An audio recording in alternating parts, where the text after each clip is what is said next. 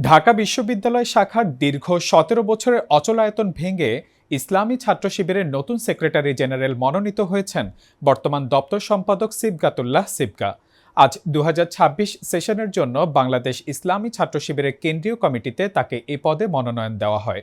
সর্বশেষ ২০০৯ সালে ঢাবি শাখার সাবেক সভাপতি শিশির মনির সেক্রেটারি জেনারেল মনোনীত হয়েছিলেন। এরপর দীর্ঘ সময় ঢাবি শাখার কেউ শিবিরের শীর্ষ পদে ছিলেন না। এর আগে আজ অনুষ্ঠিত কেন্দ্রীয় সদস্য সম্মেলনে ২০২৬ সেশনের জন্য বাংলাদেশ ইসলামী ছাত্র শিবিরের কেন্দ্রীয় সভাপতি হিসেবে নির্বাচিত হয়েছেন নুরুল ইসলাম সাদ্দাম। রাজধানীর আগারগাঁওয়ে বাংলাদেশ চীন মৈত্রী সম্মেলন কেন্দ্রে অনুষ্ঠিত কাউন্সিলে সদস্যদের ভোটে তাকে সভাপতি নির্বাচন করা হয়। শিবিরের সংবিধান অনুযায়ী নবনির্বাচিত সভাপতি পরবর্তী সময়ে সেক্রেটারি জেনারেল মনোনয়ন দেন।